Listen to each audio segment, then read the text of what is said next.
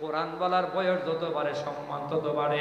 দুনিয়ার ভেতরে খবর নাও, জুনায়েদ বাবু নগরী রহমাতুল্লাহি আলাইহির বয়স যত বাড়ছে সম্মান তত বাড়ছে। আহমদ শফির বয়স যত বাড়ছে সম্মান তত বাড়ছে। কবরে যাওয়ার পরে আহমদ শফির সম্মানে কোনো কমে নাই।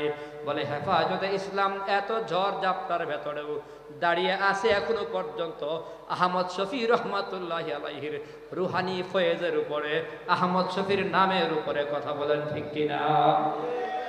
দেখেন, শাইখুল ইসলামের চোখের পানির উপরে হেফাজতে ইসলাম দাঁড়িয়ে আছে এখনো। এই যে বরেণ্য মুরব্বীরা হেফাজতে ইসলাম বাংলাদেশের বিভিন্ন দায়িত্বে থাকার পরেও প্রত্যেকের বক্তব্যে এই কমন একটা কথা আপনারা পাবেন যে এই সংগঠন শাইখুল ইসলাম আল্লামা আহমদ শফি রহমাতুল্লাহি আলাইহির রেখে যাওয়া আমানত, উনার রুহানি, উনার চোখের পানি আছে, বরকত আছে।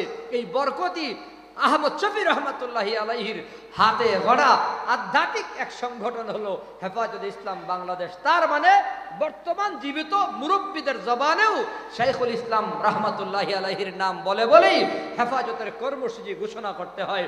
হেফাজতের সার্বিক সামনের কার্যক্রম পদক্ষেপ নেওয়ার আগে আহমদ শফি রহমাতুল্লাহি আলাইহির নাম, জুনায়েদ বাবু নগরী রহমাতুল্লাহি আলাইহির নাম স্মরণ করা লাগে। কথা বলেন ঠিক কিনা?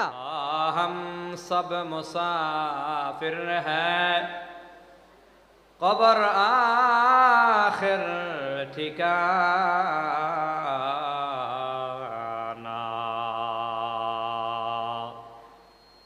কোই আগে রওয়ানা হ্যায়, কোই পিছে রওয়ানা। বলগল উলা বিকামালিহি, কাশাফাদ দুজা বিজামালিহি, হাসনাত জামিউ খিসালিহি।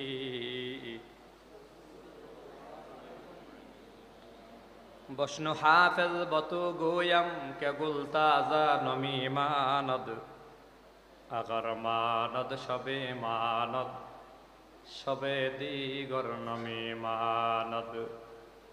গুলাজ গুলশান জুদা গাশতা তরু তাজা নমি মানদ, আগর মানদ সবে মানদ, সবে দিগর নমি মানদ। হিজাবে নো আরো সাদর বরে শৌহর নমি মানদ, আগর মানদ সবে মানদ, সবে দিগর নমি মানদ, আগর মানদ সবে মানদ, সবে দিগর নমি মানদ।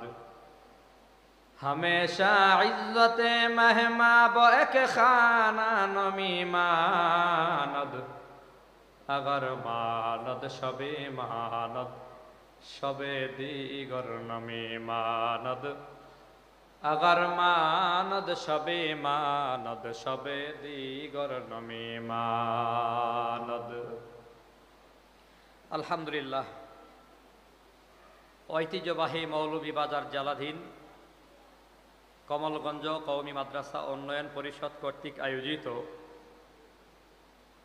আজকের এই ইসলামী ইসলাহি মাহফিলের মোহতারাম শ্রদ্ধাভাজন সম্মানিত সভাপতি মুআজ্জাজ ও মুকাররম দিগার হযরত ওলামায়ে কেরাম, আজিজ তোলাবা, মুরব্বী বাবারা, যুবক বন্ধুরা, পর্দার আড়ালে বসা শ্রদ্ধেয়া সম্মানিতা মা ও বোনেরা, মহিয়ান গরিয়ান প্রভুর অসংখ্য অগণিত শুকুর এবং সুজুদ, যিনি মেহেরবানি করে দয়া ও মায়া করে রহমতি বরকতি জান্নাতি মজলিসে আপনাকে আমাকে কবুল ও মঞ্জুর করেছেন, এজন্য সকলেই কালিমাত শুকুর একবার উচ্চ আওয়াজে একসাথে পড়ি আলহামদুলিল্লাহ। আজকের এই প্রোগ্রাম আমাদেরকে জানান দিচ্ছে কওমি মাদ্রাসার আকাবির ওলামায়ে কেরাম ঘুমিয়ে যাননি, জাতিকে ভুলে যাননি। জাতিকে যেভাবে পাহারাদারি করেন, বিগত দিনে করে আসছেন, এখনো করছেন, ভবিষ্যতেও করবেন। খুবই অল্প সময় কথা বলার সময় আমার হাতে। আমাদের আজকের প্রোগ্রামের মধ্যমণি ওয়ালি ইবনে ওয়ালি আল্লামা শায়েখ মুফতি ওয়ালিউর রহমান সাহাবজাদায়ে বরুণী, তিনি অল্প সময়ের মধ্যে আসবেন, কথা বলবেন, দোয়া করবেন। আমার আগে সুলতানুল ওয়াইজিন, এদেশের লাখো কোটি তৌহিদি জনতার হৃদয়ের স্পন্দন, যার কণ্ঠ দেশ থেকে দেশান্তরে, দেশে বিদেশে, যাকে বিশ্বনন্দিত আলোচক বলা হয়, সুলতানুল ওয়াইজিন হিসেবে যাকে সারা দুনিয়ার মানুষ চিনে, তিনি আমাদের সামনে কথা বলেছেন। আল্লামা হযরত মাওলানা খালিদ সাইফুল্লাহ আইয়ুবী সাহেব দামাত বারাকাতুহুম দীর্ঘ 1 ঘন্টা সময়, আসার সময়েও আমার সাথে বলেছিল সর্বোচ্চ 40 মিনিট আমি কথা বলবো। তা আমি বলছি 9:30 পর্যন্ত করেন। উনি আমাকে বলছে সম্ভব না, তারপরেও উনি ওনার আলোচনার আবেগে, আপনাদের বয়ান শোনার আগ্রহ দেখে তিনি আপনাদের সাথে মিশে গেছেন এবং যতটুকু আমি শুনেছি শুরু থেকে শেষ পর্যন্ত আবেগ, মহাব্বত আর ভালোবাসা মাখা কিছু নসিহত আমাদের করেছেন। ভবিষ্যৎ কিছু ওয়াদা, কিছু করণীয় কর্মসূচি এবং কাজের তরিকা আমাদের সামনে বয়ান করেছেন। খুব গুরুত্বপূর্ণ কথা বলেছেন। আল্লাহ তাআলা আমাদের সব ভাইকে মোহতারাম সুলতানুল ওয়াইজিন খালেদ সাইফুল্লাহ আইয়ুবী সাহেবের প্রত্যেকটা কথা অন্তঃকরণে মজবুতির সাথে আমরা যেন বসাতে পারি, একেবারে মৃত্যু পর্যন্ত আমলের সাথে আমরা যেন কথাগুলো নিজের জীবনের পাথেয় হিসেবে মনে রেখে পথ চলতে পারি। আল্লাহ আমাদের তৌফিক দান করেন, সকলেই বলে আমিন। জীবনের হায়াত খুব কম, দুনিয়ার হায়াতটাই তো অল্প। ইনফেরাদি আমাদের প্রত্যেকের আলাদা আলাদা হিসাব করলে আরো কম। এই আসি তো এই নাই, এর নামই হলো দুনিয়া। আজ আসি তো কাল নাই। হঠাৎ করে বিদায় ঘন্টার আওয়াজ, চোখের সামনে কানের উপরে কত মৃত্যুর সংবাদ, হুটহাট মরণের খবর।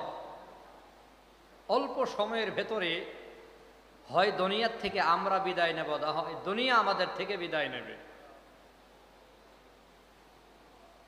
ওলামায়ে কেরাম বলে দুনিয়া এমন এক স্বার্থপর জায়গার নাম যার সাথে প্রেম জমে না। প্রেম করা যায় মাগার প্রেম জমে না। স্বার্থপর দুনিয়া, যার সাথে মহাব্বতের বন্ধন মজবুত হয় না। আপনি যত বেশি মহাব্বত করেন লাভ নাই, হয় দুনিয়া আপনাকে ছাড়বে, না হয় দুনিয়া আপনাকে ছেড়ে দেবে। হয় দুনিয়াকে আপনি ছাড়তে হবে, না হয় দুনিয়া আপনাকে ছেড়ে দেবে। এরই নাম হলো দুনিয়া। আজ আসি তো কাল নাই। সকালের খবর একরকম, বিকালের খবর আরেক রকম। গতরাত সম্ভবত 10টা 11টা পর্যন্ত আমাদের এক নাশিদ শিল্পী শেখ এনাম কসবাতে একটা প্রোগ্রাম করেছে। একসাথে কথা বলেছি, খাওয়া দাওয়া করেছি। সেখান থেকে ফিরতি পথে আমরা ব্রাহ্মণবাড়িয়ায় থেকে গেলাম। আর শেখ এনাম মাধবপুর পার হওয়ার পরই ডাকাতের কবলে আহত হয়েছে।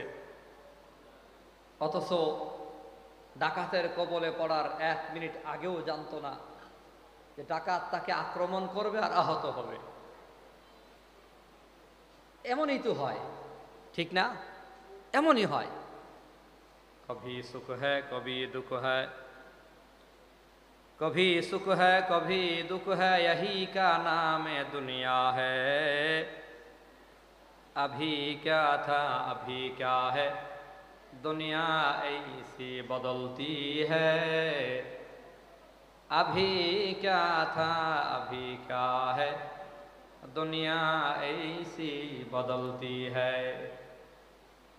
দুনিয়ার সকাল একরকম হয়, দুনিয়ার বিকাল আবার ভিন্ন রকম হয়। দুনিয়ার শুক্রবারের সাথে শনিবারের কোনো মিল নাই। শুক্রবারে ভালো খবর, আবার শনিবারে মন্দ খবর।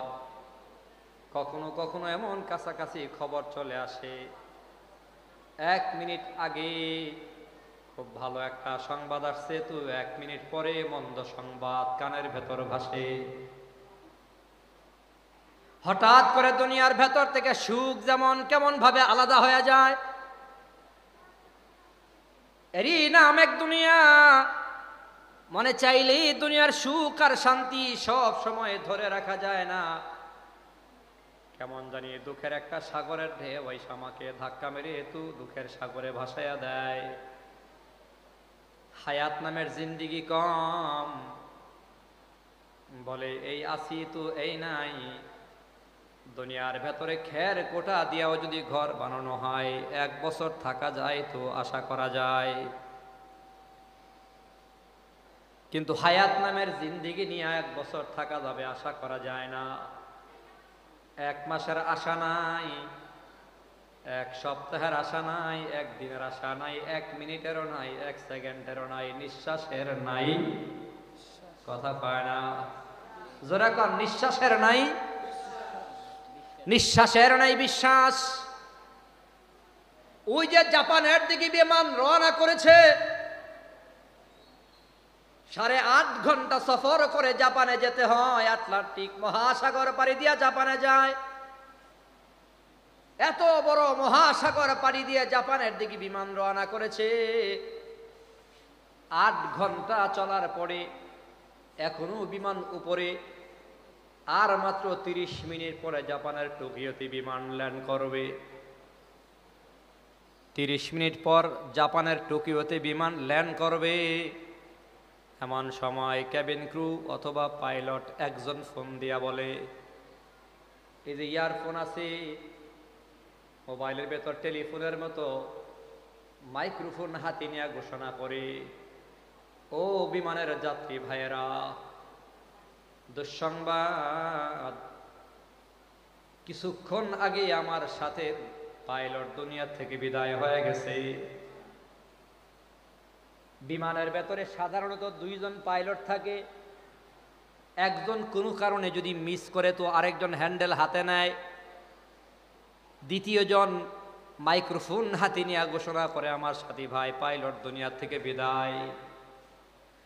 আশ্চর্যের বিষয় হলো, বিমানের ভেতরে একটা পাখি ঢোকার ক্ষমতা নাই। বিমান যখন আকাশে ওড়ে, একটা সুই পরিমাণ ছিদ্র বিমানের ভেতরে নাই। বাহিরের বাতাস ভেতরে যায় না, ভেতরের বাতাস বাহিরে আসে না। বিমান চলন্ত অবস্থায় সুই ঢুকাবার কোনো ফাঁকা থাকে না। একটা পাখিও ঢুকতে পারে না। সামান্য অনুপরিমাণ বাতাস ঢুকার কোনো জায়গা থাকে না। ওই বিমানের ভেতর মালাকুল মউত দল বল তার সাথী সঙ্গী সহ, মালাকুল মউত তার সাথী সঙ্গী সহ দল বল সহ সদল বলে বিমানের ভেতর ঢুকেছেন। আবার পাইলটের রূহ কবজ করে বের হয়ে চলে গেছেন। এর নাম হলো দুনিয়ার হায়াত। আজ আছি তো কাল নাই। মুসলমান সব সময় মনে রাখা লাগবে, বলে ঘুমের ভেতরেও আমার মরণের খবর। হয়তো ঘুমাইছি আগামীকাল অমুক জায়গায় যাব বলে, কিন্তু আর ঘুম ভাঙে নাই, ঘুম থেকে ওঠার ক্ষমতা আমার নাই। মানুষের জীবনটা এরকমই হয়। আমিও তো 27শে জানুয়ারি 28শে জানুয়ারি আমি আমার বাসার ভেতরে আমার ছোট বাচ্চা 14 মাসের ছেলে বাচ্চাটারে কোলে নিয়ে নিজে হাতে খাওয়াইলাম। নিজে হাতে খাওয়া দাওয়া করিয়ে ঘর থেকে বের হলাম। মাহফিলের পথে রওনা করেছি। সিলেটে 28 তারিখে আমার মাহফিল ছিল, 28শে জানুয়ারি। তো রাতে আমি থাকলাম সিলেট শহরে। 29 তারিখ মাহফিল হলো বিয়ানীবাজার। বিয়ানীবাজার মাহফিলে বয়ান শেষে যখন নামলাম, গাড়িতে ওঠার পরে আমার বাড়িওয়ালি ফোন দিয়া কয়, ছোট সন্তান আয়াজ মাহমুদ অসুস্থ, সম্ভবত বাঁচানো যাবে না। তো বললাম কি ব্যাপার? বলে পাতলা পায়খানা, জলদি করে হাসপাতালে নিয়ে যাও। বাসার থেকে মাত্র 20-25 মিনিট সময় লাগছে বাসায়, আর হাসপাতাল এতটুকুন পার্থক্য বাসার থেকে বের হয়া হাসপাতালে যেতে যেতে রাস্তার মাঝেই আমার কলিজার টুকরা সন্তান দুনিয়া থেকে বিদায়। আমি কল্পনাও করি নাই 14 মাসের বয়সের সন্তান, কুলার বাচ্চার প্রতি মা বাবার আলাদা একটা টান, কুলের বাচ্চার প্রতি কত দরদ আর কত মায়া। আগে শুধু বয়ানে বলতাম কিন্তু বুঝতাম না। আমার নবীরও যখন সন্তান মারা গেছেন, নবী নিজেও কান্না করেছেন। নবী আরবি সাল্লাল্লাহু আলাইহি ওয়াসাল্লাম উম্মতকে শিক্ষা দিবেন, এই উম্মতের আপনজন মারা যাবে তো চোখের পানি ছেড়ে কান্না করবে না, আওয়াজ করে কান্না করবে না। ওই নবী আরবি সাল্লাল্লাহু আলাইহি ওয়াসাল্লাম চোখের পানি মানাতে পারে নাই। ওই যে নবীর কলিজার টুকরা ইব্রাহিম যখন দুনিয়া থেকে বিদায় হয়, ইব্রাহিমের বয়স সম্ভবত তখন 2 বছরের কাছাকাছি হবে। আম্মা জান মারিয়া রাদিয়াল্লাহু তাআলা আনহার ঘরে ইব্রাহিমের জন্ম হয়। ইব্রাহিম মারা যাওয়ার পর রাসূলের দরবারে খবর দেওয়া হয়েছে, ইয়া রাসূলুল্লাহ, আপনার কলিজার টুকরা ইব্রাহিম দুনিয়া থেকে বিদায় হয়ে গেছে। আপনার আমার নবী খবর পাওয়ার পর খুব তড়িঘড়ি করে দ্রুত গতিতে রওনা করে বাড়ি আসছে। মারিয়া রাদিয়াল্লাহু তাআলা আনহার ঘরে প্রবেশ করে বলে, মারিয়া, আমার সন্তান কই? আমার ইব্রাহিম কোথায়? সাদা একটা কাপড় দিয়া ঢেকে রাখছে। ইয়া রাসূলুল্লাহ, ওই যে সাদা কাপড়ের নিচে আপনার সন্তান ইব্রাহিম শুয়ে আছে। সাদা কাপড়টা সরায়া চেহারার দিকে তাকায় নবী চোখের পানি ছেড়ে কান্দে। আম্মাজান ইব্রাহিম, আম্মাজান মারিয়া রাদিয়াল্লাহু তাআলা আনহা জিজ্ঞাসা করি, ইয়া রাসূলুল্লাহ, পেটের সন্তান আমি হারাইছি, কলিজার ধন সন্তান আমি হারাইছি, আমি তো কান্না করি নাই, আপনি নিষেধ করেছেন বলে তো আমি কান্নাকে নিয়ন্ত্রণ করেছি, কিন্তু আপনাকে দেখি চোখের পানি ছেড়ে কান্না করতেছেন, ব্যাপারটাকে বুঝবার চাই। আপনার আমার নবী বলে, মারিয়া, আমি নবী কান্না করি না, আমার সন্তানের মায়ায় আমার চোখের পানি আমি আটকাইতে পারলাম না। চোখের পানি আমার কথা মানে নাই, আমার কথা শোনা নাই, সন্তানের মায়ায় আবার নবী চোখের পানি ছেড়ে কান্দার কয়, মারিয়া, তুমি যে কান্না করো নাই, ধৈর্য ধরেছ, তোমার জন্য সুসংবাদ শুনিয়া নাও।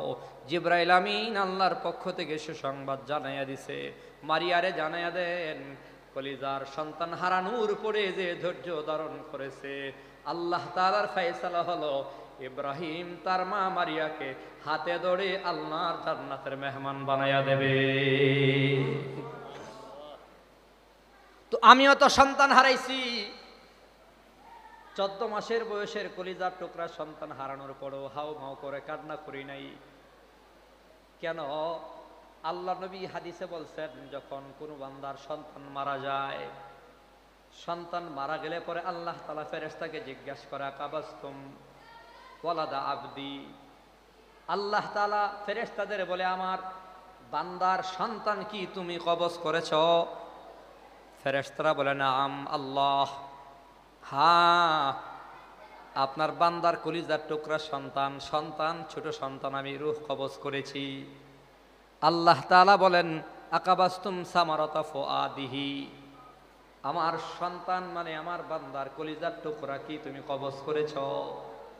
আল্লাহ তাআলা নিজে বলেন, আকাবাস্তুম সামারাতা ফুআদিহি, আমার বান্দার কলিজার টুকরা কি তুমি কবজ করেছো? ফেরেশতারা বলে, নাম। আল্লাহ তাআলা তখন ফেরেশতাদের জিজ্ঞাসা করে, তখন আমার বান্দা কি বলছে জানবার চায়।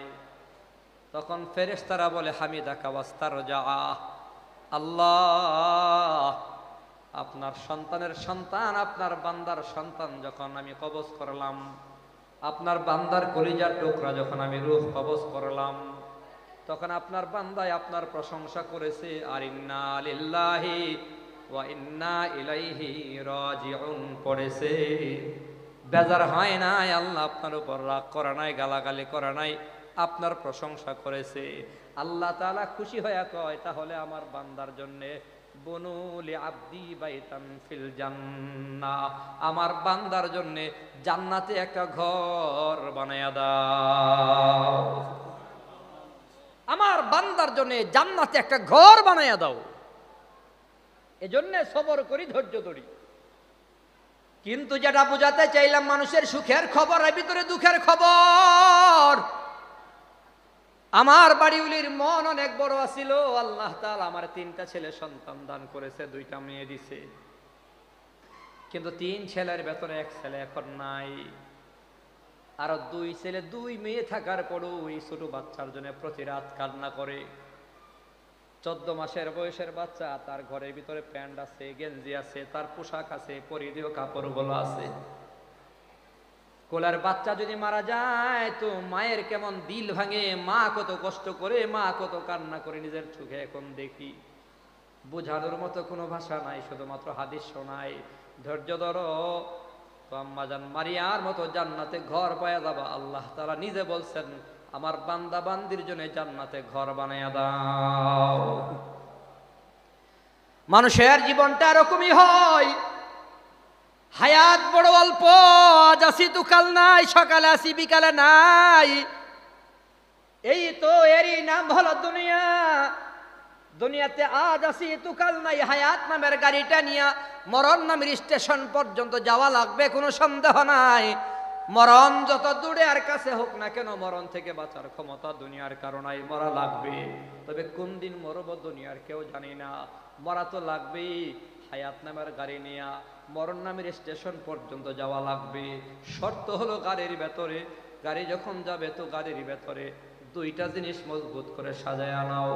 ওলামায়ে কেরাম বলে, ঢাকা যদি কোনো গাড়ি নিয়ে রওনা করো, মৌলভীবাজার থেকে গাড়িটা ঢাকা চলে যাবে, কিন্তু গাড়ির ভেতরে 2টা জিনিস মজবুত করে সাজাতে হবে।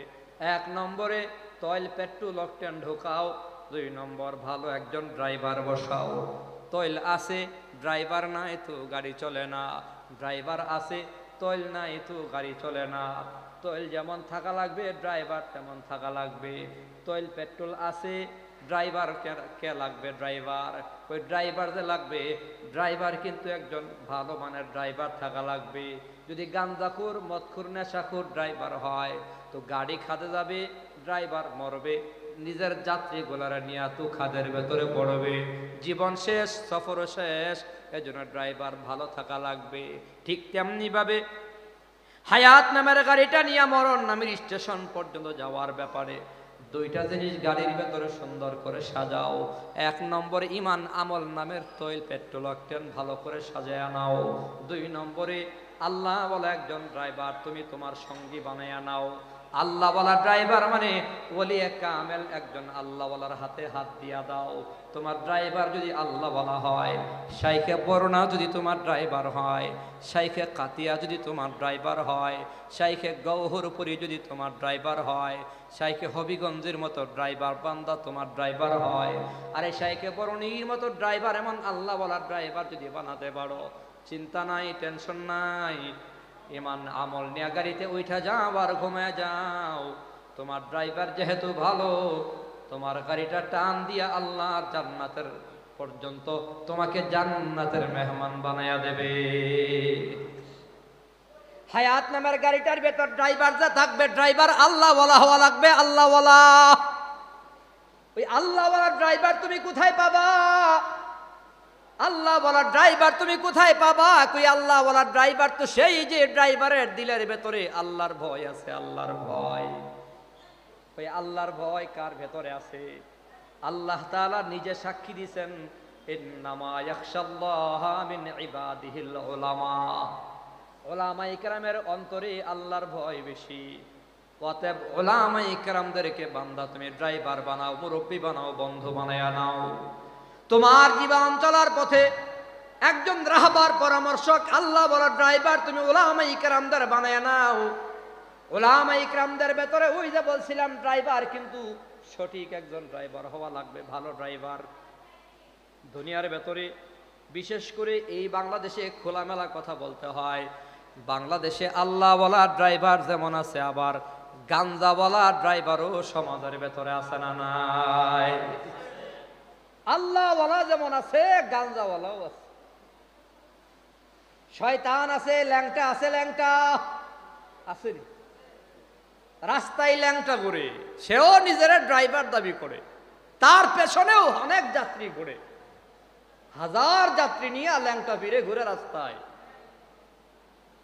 কিংবদন্তি মুফাসসির আল্লামা হাফেজ জুবায়ের আহমদ আনসারী রহমাতুল্লাহি আলাইহি বয়ানে বলছে, আপনারা শুনছেন, হুজুর বলে রাস্তা দিয়া যায় তো এক ল্যাংটা ড্রাইভারের পেছনে হাজার যাত্রী। একটারে জিজ্ঞাসা করলাম, কিরে কই যাস? কই আস্তে কথা কন হুজুর। ল্যাংটার পেছনে কি? কই হুজুর আস্তে। কি হইছে আস্তে? কই ল্যাংটা হইল মাল আছে। ল্যাংটা হইল আনসারী সাহেব হুজুর জবাব দিছিল, হ মাল যে কি আছে আর না আছে সব তো দেখাই যাইতে আছে। ল্যাংটার ভেতরে কি মাল তো দেখাই যায়। তেমন ল্যাংটা গাঞ্জাখুর আছে না নাই? আরে পীরের নামে, ড্রাইভারের নামে, খানকার নামে এমন ল্যাংটার খানকা, গাঞ্জার খানকা সমাজে আছে না নাই? সাবধান, ল্যাংটা গুলারে মাঝে মধ্যে সাইজ করা লাগবে। যেমন ফখরে বাঙ্গাল তাজুল ইসলাম রহমাতুল্লাহি আলাইহি সাইজ করেছেন কিভাবে? ফখরে বাঙ্গাল তাজুল ইসলাম রহমাতুল্লাহি আলাইহির সামনে এক ল্যাংটা পীর। তো হুজুরে জিজ্ঞাসা করে, কিরে তুই ল্যাংটা কেন? কয় হুজুর আপনারা বুঝবেন না, ল্যাংটার ভেতরে কি লাভ আর কি ভাব বোঝার ক্ষমতা আপনার গোনাই। কেনে বল, আমারে বুঝায় বল। কয় ল্যাংটা আসছি এজন্যে আইসি, ল্যাংটা কবরে থাকবো, ল্যাংটা মাঝখানে আবার কাপড় কেন? জবাব দিছে, দুনিয়াতে আসছি ল্যাংটা, কবরে থাকবো ল্যাংটা, মাঝখানে আবার কাপড় কেন? হুজুর বলে, হ্যাঁ তাহলে আমারও তো একটা বোঝার বিষয় আছে। কয় কি বিষয়? কই সরাসরি বোঝা লাগবে। খাদেম এই ল্যাংটারে হাতে পায়ে বাইন্দা কারেন্টের পিলারের সাথে আটকায়া হাতুড়ি দিয়া পিটাইয়া সবগুলো দাঁত ফালাইয়া দে। হে আইসা দাঁত ছাড়া কবরে থাকবে, দাঁত ছাড়া মাঝখানে দাঁত কেন? যুক্তি আছে না নাই? হ্যাঁ, আইসে দাঁত ছাড়া, কবরে থাকবে দাঁত ছাড়া, মাঝখানে দাঁত কেন? ল্যাংটাকে হুজুর মাপ চাই, আর বাটপারি জীবনে করবো না। হ্যাঁ, যেমন কুকুর বলেন না, যেমন কুকুর এক তার ছাড়া বলদ মাস্টার স্কুলে ঢুইকা পাক বাড়ে, কোরআন বলার বয়স যত বাড়ে সম্মান তত বাড়ে।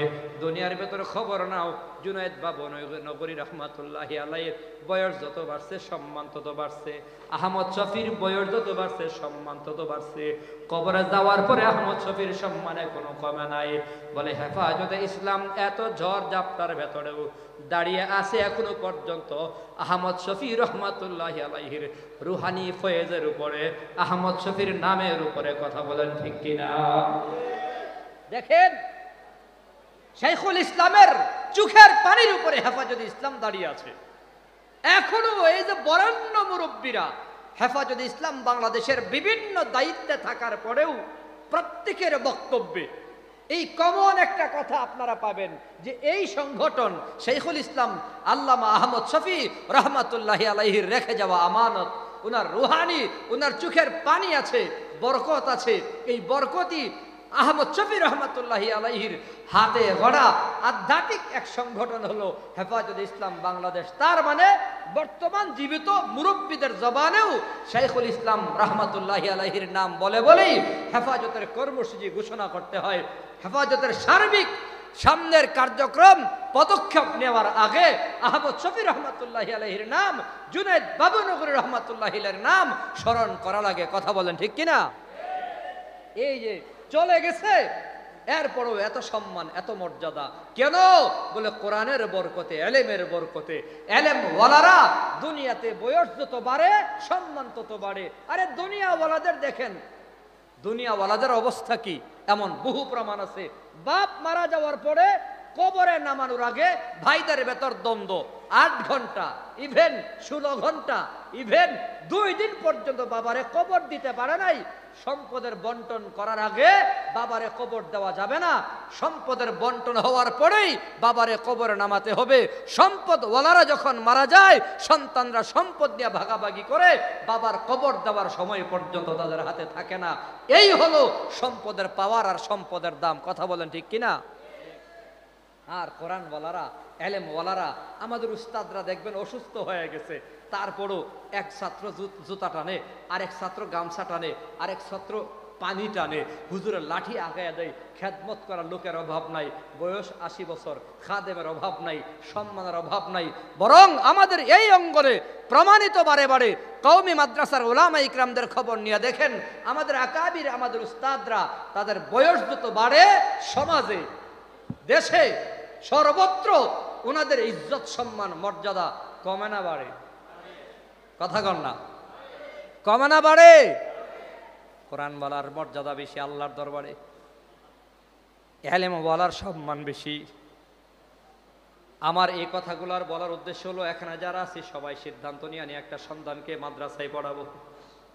চাকরির জন্য না, পড়াশোনা করাবার জন্যও না, আমাকে রোজগার করে খাওয়াবার জন্যও না। শাইখুল ইসলাম আল্লামা আহমদ শফি রহমাতুল্লাহি আলাইহি সব সময় চোখের পানি ছেড়ে শেষ সময়ে গিয়া ভিক্ষা চাইতেন। আয় মুসলমানের বাবারা, অভিভাবকরা, নিজেদের সন্তানগুলাকে মাদ্রাসায় পড়াও, আমি ভিক্ষা চাই তোমাদের কাছে। ভিক্ষা চাইছে, মাদ্রাসায় পড়াইতেন, মাদ্রাসায় ছাত্র চাইতেন। এজন্য আপনাদের কাছেও বলবো, প্রত্যেকে পাক্কা নিয়ত করেন একটা সন্তানকে মাদ্রাসায় পড়াবো, আলেম বানাবো। মাদ্রাসায় যারা পড়ে তারা ঠকে না, মাদ্রাসায় যারা পড়াইছে ওই মা বাবাও ঠকে নাই। ফখরে বাঙ্গালের মা বাবা মাদ্রাসায় পড়ায় ঠকে নাই মিয়া। খবর নিয়ে দেখেন, ফখরে বাঙ্গালের বাবার নাম ছিল মৌলভী আনোয়ার আলী রাহিমাহুল্লাহু তাআলা। ফখরে বাঙ্গালের বয়স যখন 6 বছর, স্কুলে ভর্তি করিয়েছেন। স্কুলে ভর্তি হওয়ার পরে মাত্র 6 মাসের ভেতরে ক্লাস 6 এর বই যা আছে সব তার মুখস্থ, 1 থেকে 6 পর্যন্ত সব মুখস্থ। আনোয়ার আলী রহমাতুল্লাহি আলাইহি মনে মনে ভাবেন, এত মেধাবী, এত ব্রেইন আমার সন্তানের ভালো, তার স্কুলে পড়ামু না মাদ্রাসায় পড়ামু? অন্তর জবাব দিছে, হ্যাঁ মাদ্রাসায় পড়ান। আনোয়ার আলী রহমাতুল্লাহি আলাইহি বলেন, আমি মাদ্রাসায় ভর্তি করে দিলাম। মাদ্রাসায় পড়ে পড়ে আবার মিশকাতুল মাসাবি পর্যন্ত পড়া শেষ। মিশকাতুল মাসাবি পড়ার পরে ওস্তাদরা ফখরে বাঙ্গালকে দেওবন্দ মাদ্রাসায় পাঠিয়ে দিলেন। দেওবন্দ মাদ্রাসায় এবার পড়াশোনা করেন।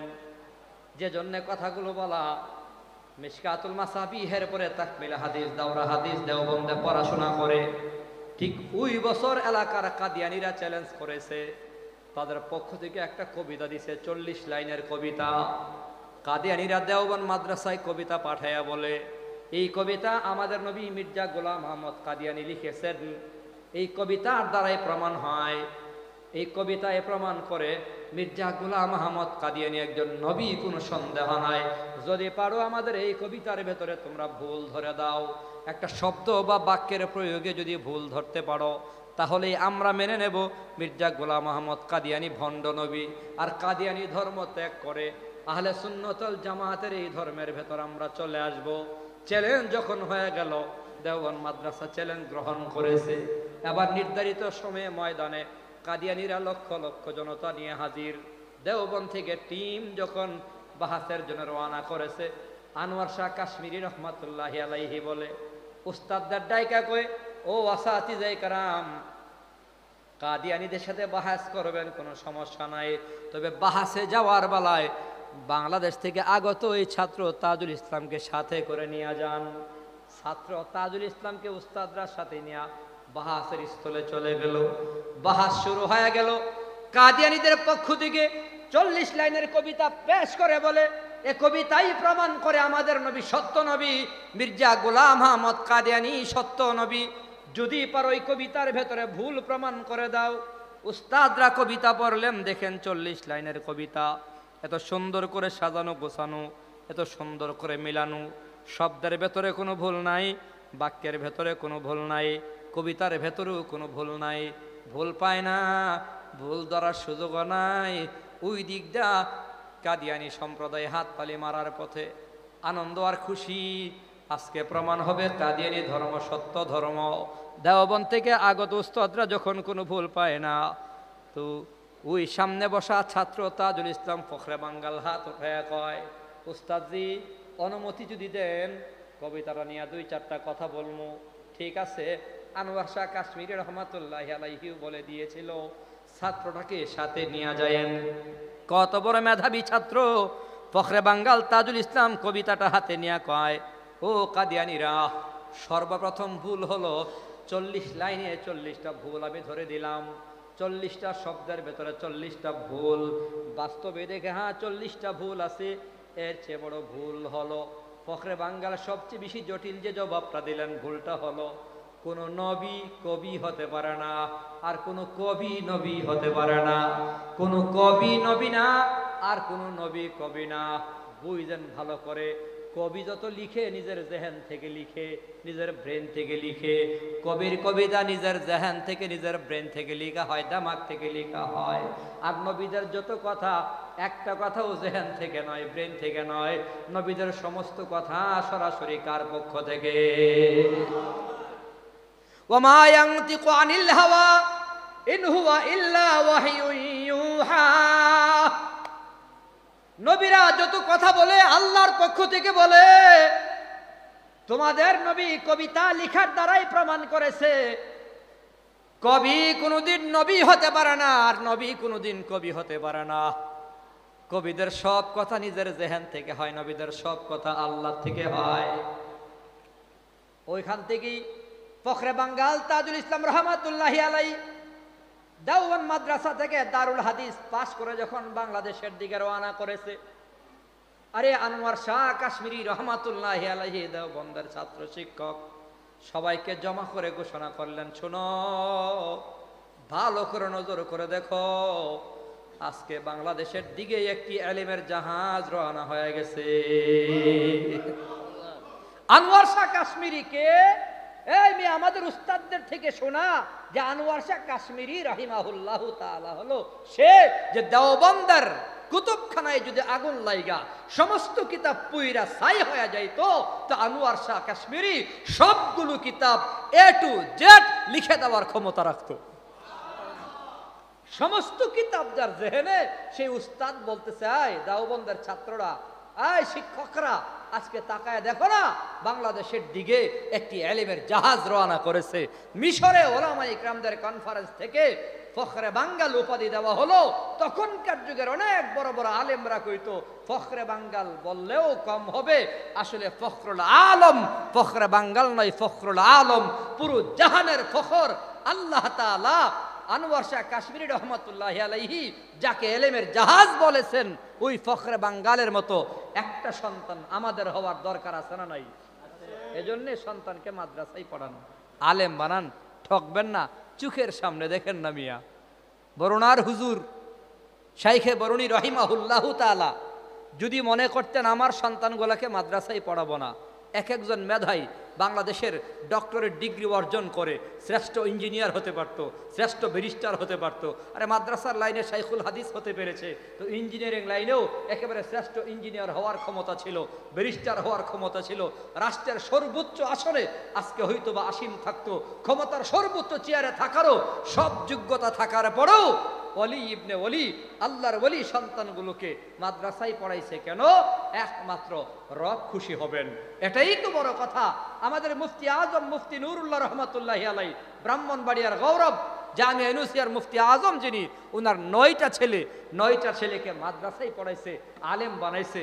কয় পারতো তো যে ইঞ্জিনিয়ার বানাই, ডাক্তার বানাই, ব্যারিস্টার বানাই, কিন্তু মাদ্রাসায় পড়ায় তো ঠকে নাই। বরুণার হুজুর ঠকে নাই, শাইখে গৌহরপুরীকে মা বাপ মাদ্রাসায় পড়ায় ঠকে নাই। শিখে নেন, সিলেট হলো আলেম ওলামাদের রাজধানী। অনেকে অনেক বলে যে সিলেট দ্বিতীয় লন্ডন, আমি মনে করি না, সিলেট হলো এলেমের রাজধানী। এখানে বাংলাদেশের পৃথিবীর এমন কোনো বরেণ্য বুজুর্গ আল্লাহর ওলি, কুতুব বলেন, আখতাব বলেন, এমন কোনো বুজুর্গ নাই যে এই বুজুর্গের সোহবত নাই, কদম নাই, ছোঁয়া নাই, নেক নজর নাই।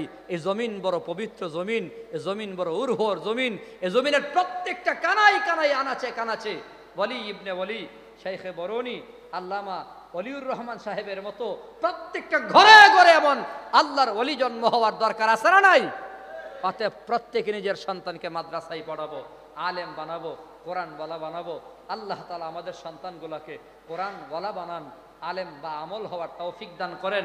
আমার আগে সুলতানুল ওয়াইজিন বলে গেছেন, আমাদের আকাবিরিন যদি দেশ রক্ষার জন্যে, ইসলাম রক্ষার জন্যে, কোরআনের শাসন কায়েমের জন্যে, ইসলামী হুকুমত প্রতিষ্ঠার জন্যে নাস্তিক বেঈমানদের যে এজেন্ডা, সেই পাশ্চাত্য এজেন্ডা বাস্তবায়নের পথে যদি বাধা দিতে গিয়ে আন্দোলনে আহ্বান করে, সেই আন্দোলনে সাড়া দিতে গিয়ে যদি আমাদের রক্ত দিতে হয়, জীবন দিতে হয়, শাপলা চত্বরে আবার যেতে হয়, সুহরাওয়ার্দী উদ্যানে যেতে হয়, আমাদের বরুণার পীর সাহেব হুজুর যদি আমাদের আহ্বান করে, তো জানে মালে আমরা সেই আহ্বানে সাড়া দিয়ে সুহরাওয়ার্দী উদ্যানে, শাপলা চত্বরে যেতে রাজি। কারা কারা আল্লাহর হাত দেখায়?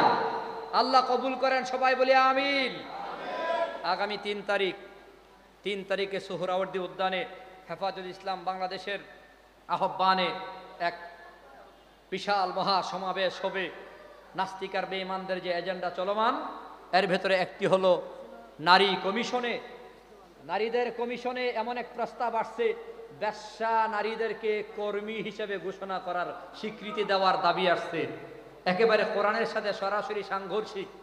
আমি তো মাঝে মধ্যে বলি, যৌনকর্মী বেশ্যা মহিলাকে যদি শ্রমিকের আইডেন্টি কার্ড দেওয়া যেতে পারে, তো চুরকে তার চুর হিসাবে কর্মী সার্টিফিকেট দিয়ে দেন, ডাকাতের কর্মীর সার্টিফিকেট দিয়ে দেন, গাজাহুররে তার কর্ম এটা, গাজার ব্যবসা কর্ম এটা, যত অন্যায় অপরাধ আছে সমস্ত অপরাধ কর্ম হিসেবে সার্টিফিকেট দেওয়ার সুযোগ থাকে।